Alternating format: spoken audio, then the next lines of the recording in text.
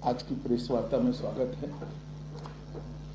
आज आप सभी को यहाँ देश में जो क्रिमिनल जस्टिस सिस्टम के 3 नए कानून आज से अमल में आ रहे हैं, इसके लिए आप सभी को निमंत्रित किया है।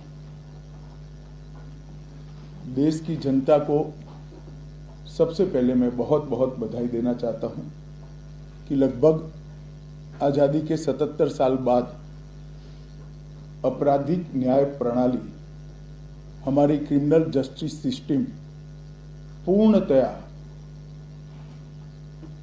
स्वदेशी हो रही है और भारतीय इथोस के आधार पर ये चलेगी। 75 साल के बाद इस कानूनों पर विचार हुआ और ये कानून जब आज से हर थाने में अपना काम करना चालू करेंगे, तब अंग्रेजों के बनाए हुए कानून निरस्त होकर भारत की संसद ने बनाए हुए कानून आएंगे। दंड की जगह न्याय लेगा, देरी की जगह स्पीडी ट्रायल और स्पीडी जस्टिस मिलेगा। और पहले सिर्फ पुलिस के अधिकारों की रक्षा की गई थी, अब पीड़ितों के अधिकारों की रक्षा और जो कंप्लेनेंट है इसके भी अधिकारों की रक्षा करने का काम होगा।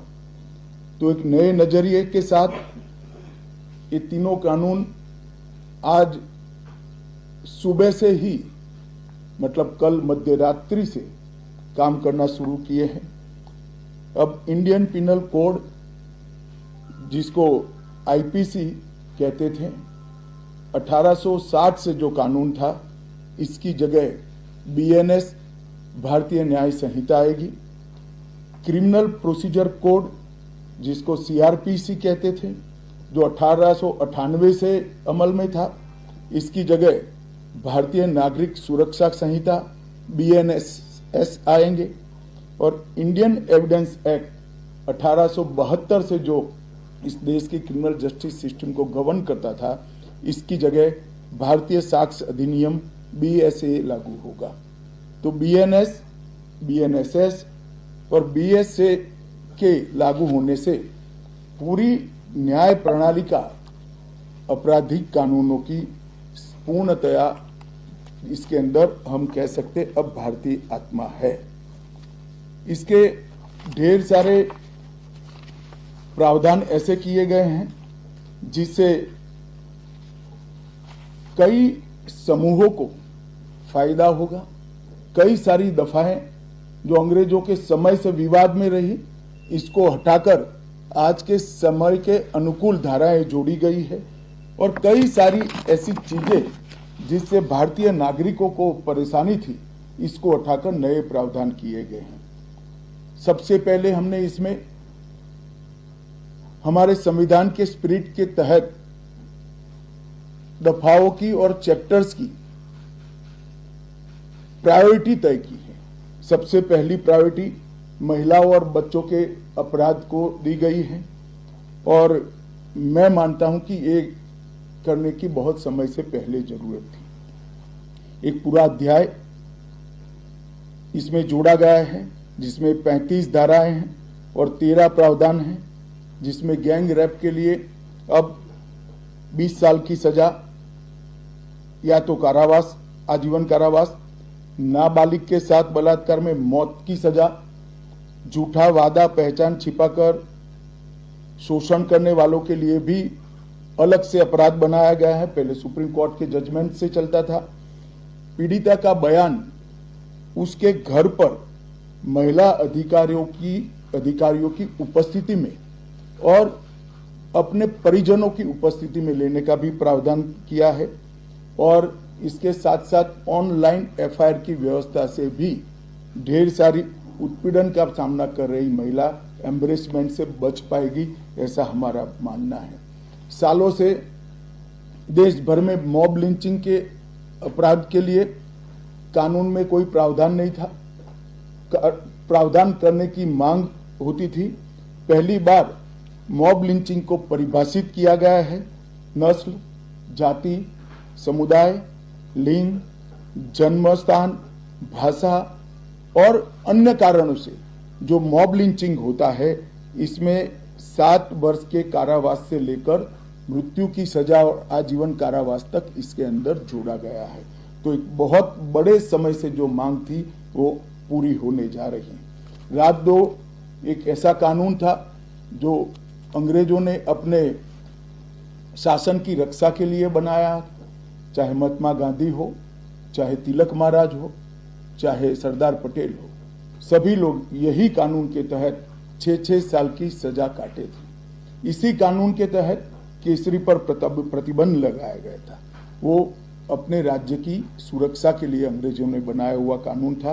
राजद्रोह को हमने जड़ से समाप्त कर दिया है और देश विरोधी हरकतों के लिए नई धारा लेकर आए हैं। पहले सरकार के खिलाफ स्टेटमेंट देना गुनाह था, अब भारत की एकता और अखंडता को क्षतिग्रस्त करने के लिए ये कानून अमल में आएगा। तो आज़ादी के इतने सालों के बाद ये कानून में बदलाव हुआ है, जो एक बहुत बड़ा परिचायक है हमारे संविधान के स्पिरिट का। मैं आप सभी के सामने बड़े विश्वास के साथ कहता हूं कि ये तीनों कानूनों के पूर्ण स्पिरिट के साथ देश भर में लागू होने के बाद ये कानून सबसे आधुनिक न्याय प्रणाली का सर्जन करेंगे। टेक्नोलॉजी को हमने न केवल अपनाया है, आने वाले 50 सालों तक टेक्नोलॉजी में जो भी अनुसंधान होने की संभावनाएं हैं, इस सबको कानून के अंदर हमने व्याख्या के तौर पर समाहित किया है, जैसे आने वाले समय में भी जो अनुसंधान होंगे वो व्याख्यायित किए गए। ये विश्व की सबसे आधुनिक न्याय प्रणाली बनेगी, इसका मुझे विश्वास है। कंप्यूटराइजेशन की प्रक्रिया ऑलरेडी पूरी हो गई है। 99.9% थाने कंप्यूटराइज हो चुके हैं। ई रिकॉर्ड जनरेट करने की प्रक्रिया भी हमने 2019 से ही चालू कर दी थी। 0 FIR, ई FIR, चार्जशीट और जवाब, ये सभी डिजिटल होगा। किसी को बड़े बड़े जेरोक्स निकालकर करने की जरूरत नहीं है। 1 लाख पेज की चार्जशीट भी एक छोटे से पेन ड्राइव से जजेस के सामने जाएगी और पक्षकर्ताओं को दिए जाएगी। 90 दिन के अंदर इस कानून में पीड़ित को, जिन्होंने न्याय की गुहार की है, उनको अपने केस का प्रोग्रेस ऑटोमेटिकली ऑनलाइन भेजा जाएगा। हमने इसके अंदर 7 साल और उससे ज्यादा सजा वाले सभी गुना में फॉरेंसिक की टीम की विजिट को कंपलसरी कर फॉरेंसिक एविडेंस को कानूनी जामा पहनाने का काम किया है। मैं मानता हूं कि इससे बहुत फायदा होगा। दोष सिद्धि का प्रमाण हम बहुत आगे तक ले जा पाएंगे। साक्ष्यों की रिकॉर्डिंग और जांच पड़ताल में रिकॉर्डिंग की अनुमति दी है। वीडियोग्राफी को सर्च और सीजर के वक्त पर अनिवार्य किया है, जिससे किसी को फंसाने की कोई साजिश न हो पाए। ई बयान बलात्कार की पीड़िता का या छेड़खानी की पीड़िता का ई बयान को भी कानूनी माना गया है और कोर्ट में ऑडियो वीडियो के माध्यम से पेशी करने का भी प्रावधान हमने किया है। ई पेशी में गवाह, आरोपी, विशेषज्ञ और पीड़ित सभी को कानूनी जामा पहनाने का काम किया है। इसमें जो फॉरेंसिक विजिट को अनिवार्य बनाया गया है, इसको हमने दूरदर्शिता पूर्वक काम कर नेशनल फॉरेंसिक साइंस लेबोरेटरी 2020 में बनाकर इसके लिए ट्रेन मैन पावर का सर्जन का काम ऑलरेडी कर चुके हैं। मुझे पूरा भरोसा है कि 3 साल के बाद इस देश में हर साल 40,000 से ज्यादा ट्रेन मैन पावर का फोर्स हमारी कानूनी क्रिमिनल जस्टिस सिस्टम की सेवा में उपलब्ध होगा। कमीशन का रेशियो इसके माध्यम से 90% तक ले जाने का हमने प्रावधान किया है और फॉरेंसिक इंफ्रास्ट्रक्चर को बढ़ाने के लिए अभी हमारी कैबिनेट ने निर्णय किया है और 9 राज्यों में फॉरेंसिक साइंस यूनिवर्सिटी के कैंपस खोले जाएंगे और 6 सेंट्रल फॉरेंसिक लेबोरेटरीज को भी हमने करा है। ये कानून विक्टिम सेंट्रिक है। पहले दिनों तक किसी को पुलिस ले जाती थी, परिवार वालों को कोर्ट में आना पड़ता था। अब हमने कंपलसरी किया है कि हर थाने में रजिस्टर होगा और ई रजिस्टर भी होगा कि कौन सा अपराधी पुलिस की कस्टडी में है, जिससे हेबियस के माध्यम से कोर्ट में नहीं जाना पड़ेगा। तलाशी और रेड दोनों स्थिति में वीडियोग्राफी की जाएगी, जिससे पुलिस के अधिकारों का दुरुपयोग न हो पाए। और हमने अपराधियों को बेल को भी लंबे समय तक लंबित केसों में कानूनन बना दिया है, जिसमें एक निश्चित समय मर्यादा अपराध के अंदर जो सजा है उसके अनुपात में हो जाने के बाद जेल सुपरिटेंडेंट की जिम्मेदारी होगी कि इसको बेल पर रिहा किया जाए। तो इसके लिए कोर्ट में किसी को जाने की जरूरत नहीं पड़ेगी।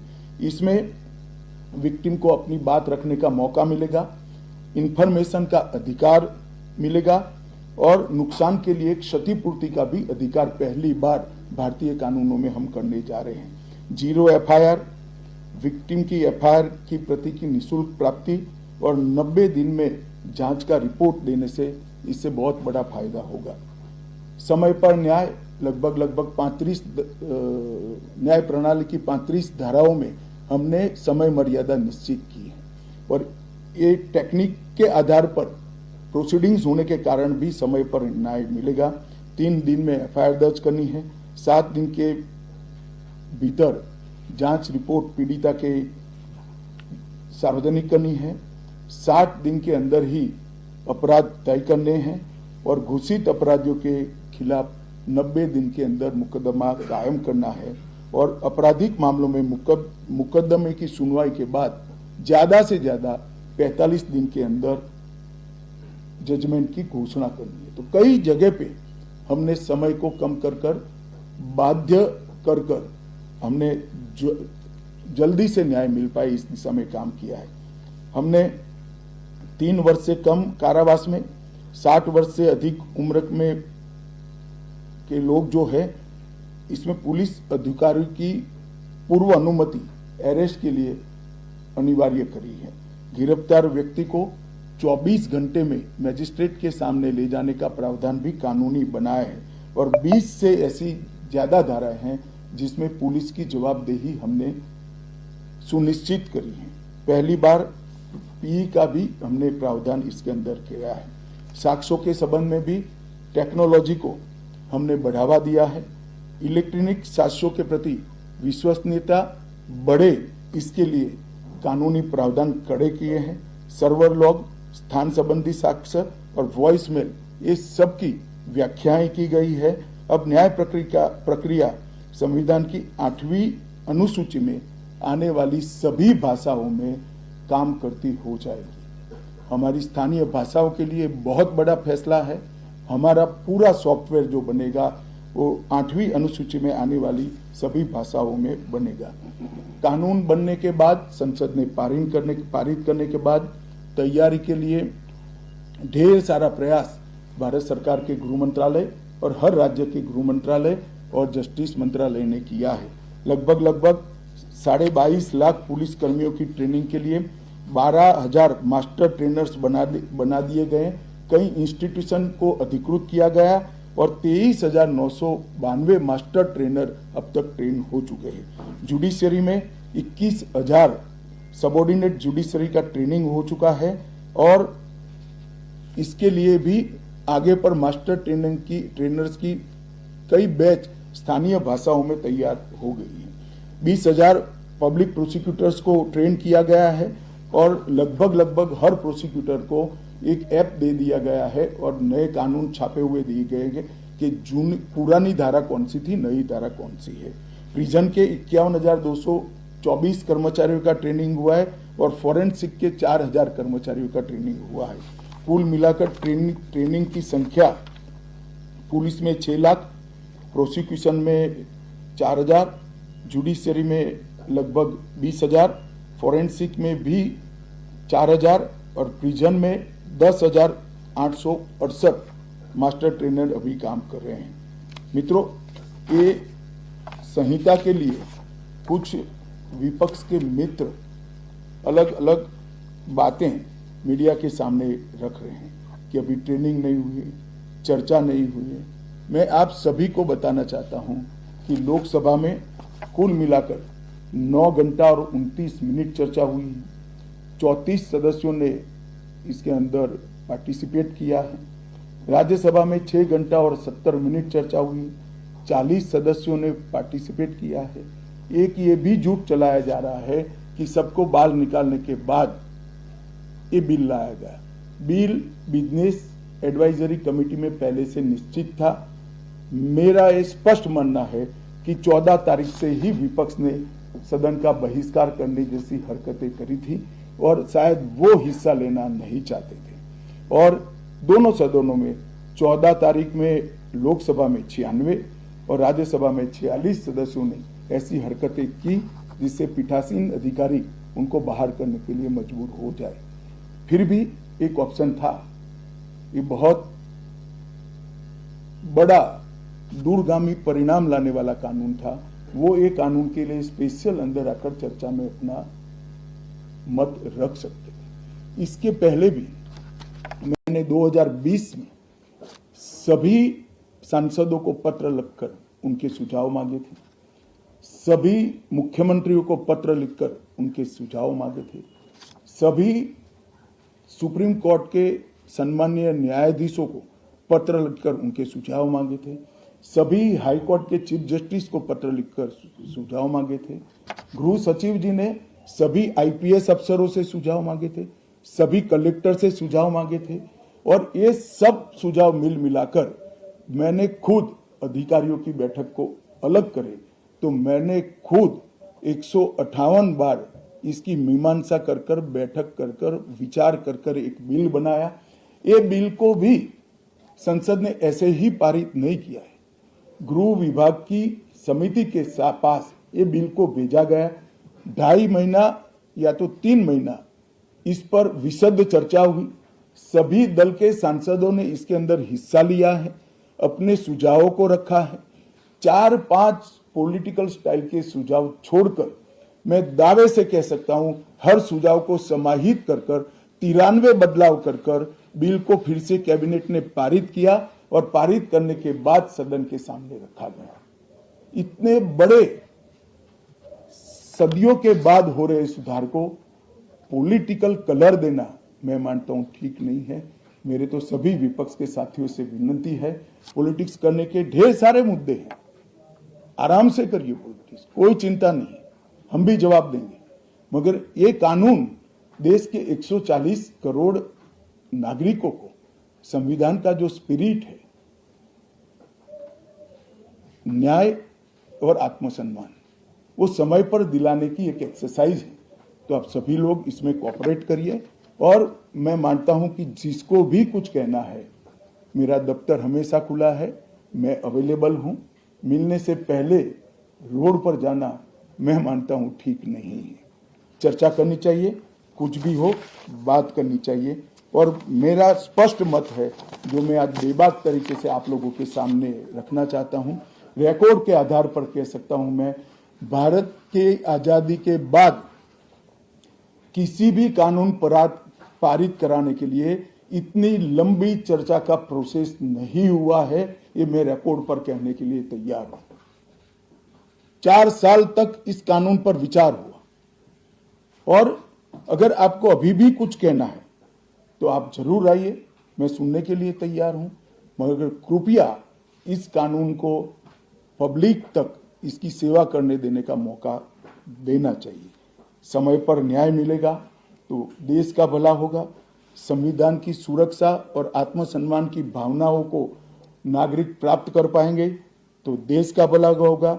और सबसे बड़ा बदलाव है, हमने थोड़े धैर्य के साथ टीथिंग प्रॉब्लम को देश की जनता ने भी बड़े धैर्य के साथ लेकर सिस्टम को सुधारने का मौका देना चाहिए। और मैं सभी दलों से भी कहना चाहता हूं कि राजनीति से ऊपर उठकर आप इसका समर्थन करिए और जो भी सुझाव जनता के हित में है लेकर आइए। हम इस पर चर्चा करने के लिए तैयार हैं। आप लोगों के मन में कोई बात है तो आप जरूर पूछ सकते हैं।